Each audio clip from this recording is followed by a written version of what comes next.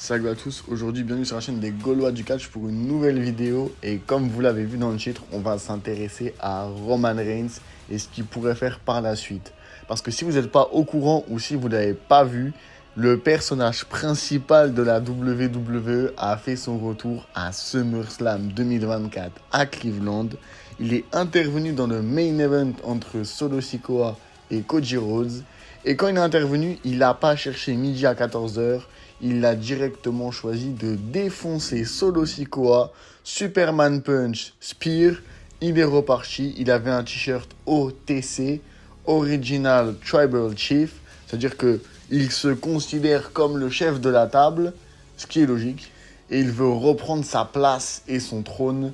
Parce que Solo Sikoa, il a essayé de lui piquer. Il l'a dit, je suis le nouveau Tribal Chief, etc., etc. Il a construit sa nouvelle bloodline avec Tama Tonga, Tangaloa et Jacob Fatu. Il a même défoncé Paul Heyman, il l'a fait passer à travers une table. Mais évidemment, tout ça ne pouvait pas rester sans répercussions. C'est sûr que Roman Reigns allait revenir pour régler ses comptes, pour venger Paul Heyman, pour retrouver son poste de chef. Mais il est revenu à SummerSlam, ce qui est un retour plutôt rapide. Il y a beaucoup de gens qui pensaient que le retour allait être plus long. Mais maintenant que Roman Reigns est là, qu'est-ce qui va se passer? Qu'est-ce qu'il va faire? C'est ce qu'on va essayer de voir dans cette vidéo. On va explorer plusieurs pistes et n'hésitez pas à dire dans les commentaires ce que vous pensez qu'il va se passer pour Roman Reigns. Alors déjà, le prochain pay-per-view, c'est Bash in Berlin qui sera en Allemagne. C'est le dernier pay-per-view européen de cette année. Est-ce que Roman Reigns va directement avoir une confrontation physique, un affrontement avec Solo Sikoa? En réalité, je pense que c'est un peu tôt, le pay-per-view est dans 3 semaines, donc je ne pense pas qu'on aura directement une confrontation à Bash in Berlin entre les deux hommes. Mais déjà, est-ce que Solo Sikoa est réellement le vrai patron de sa propre bloodline, ou est-ce que c'est un homme qui tire les ficelles derrière lui, et est-ce que cet homme ne serait pas The Rock? Moi, en tout cas, je pense que The Rock tire secrètement les ficelles de cette bloodline dissidente, et qu'il se révélera être le futur patron de cette bloodline, ce qui donnerait plus de crédibilité. Mais je pense que du coup, Roman Reigns et Solo Sikoa auront peut-être un affrontement vers Bad Blood, ce qui ne serait pas déconnant. Peut-être un match avec une stipulation sanglante, un First Blood. Je ne pense pas qu'un Hell in a Cell soit de bon augure, car on aura sûrement déjà CM Punk contre Drew McIntyre. Donc à mon avis, on aura peut-être une stipulation, peut-être une Bloodline Rules match, c'est possible. Et que Roman Reigns pourrait donc se faire aider par Jimmy Uso, Jey Uso, et pourquoi pas d'autres personnes.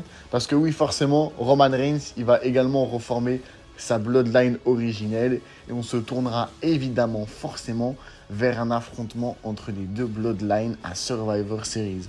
Survivor Series qui cette année sera au Canada, à Vancouver. Et vous savez, Sami Zayn, il est canadien. Alors, est-ce que Sami Zayn va faire son retour dans la Bloodline? Est-ce qu'il va rejoindre l'Original Bloodline? C'est fort possible. Je pense que le fait que Survivor Series soit au Canada donne un indice concernant ça. Donc, je pense qu'il sera dans cette Bloodline. Et un affrontement entre les deux Bloodlines dans un Wargame match pourrait être très intéressant. Mais du coup, on aurait 4 contre 4. Donc, peut-être que The Rock, à ce moment-là, n'aura pas encore fait son retour. Mais quand The Rock fera-t-il son retour? Car évidemment, ce qu'on attend tous, c'est la guerre tribale, la guerre des chefs entre Roman Reigns et The Rock qui aura sûrement lieu à WrestleMania 41. Donc je pense que Roman Reigns et Solo Sikoa, participeront au futur Royal Rumble. Et peut-être que The Rock fera une intervention dans ce match pour éliminer Roman Reigns, ce qui donnerait de la crédibilité et serait logique.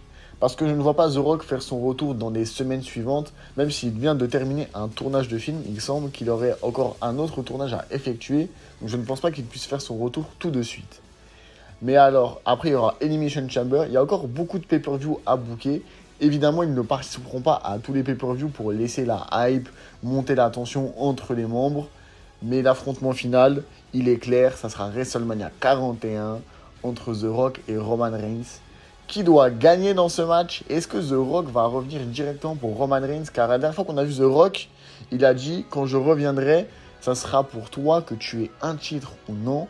Et à ce moment-là, The Rock s'adressait directement à Cody Rhodes. Alors, est-ce que les plans de The Rock vont changer et il va directement aller confronter le chef original de la Bloodline, c'est-à-dire Roman Reigns, pour un affrontement au sommet à WrestleMania 41?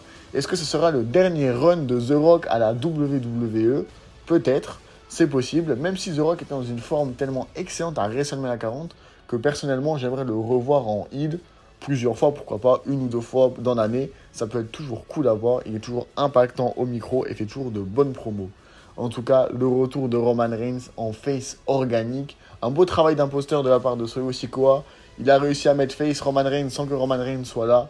C'était un des retours les plus demandés par les fans depuis des semaines et des semaines. Maintenant, le chef est là et on va voir ce que ça va donner. Je suis impatient de voir ce que ça va donner. Dites-nous dans les commentaires ce que vous attendez pour la Bloodline, quelle histoire ils vont nous écrire et ça peut durer encore très très longtemps. Surtout qu'un nouveau membre a signé récemment, c'est Hikuleo. Alors, est-ce qu'il ira à NXT ou est-ce qu'il s'impliquera dans les histoires de la Bloodline?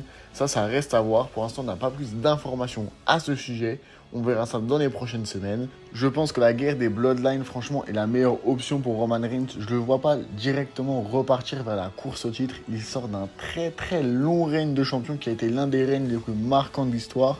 Actuellement, il n'a même plus besoin de ça. La Bloodline n'a plus besoin de titre pour faire vendre. C'est l'attraction principale de la compagnie, ils le savent.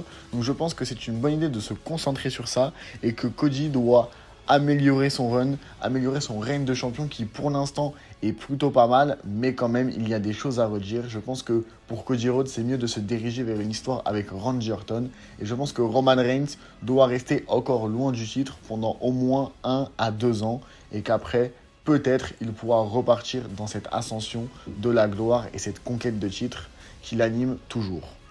Bref, c'est la fin de cette vidéo. Elle aurait été rapide. On fait un petit point Bloodline en réalité. J'espère que ça vous a plu. On se retrouve bientôt pour de prochaines vidéos. Il y a beaucoup de choses qui sortent. N'hésitez pas à vous abonner et à liker. Des bisous. Tchuss.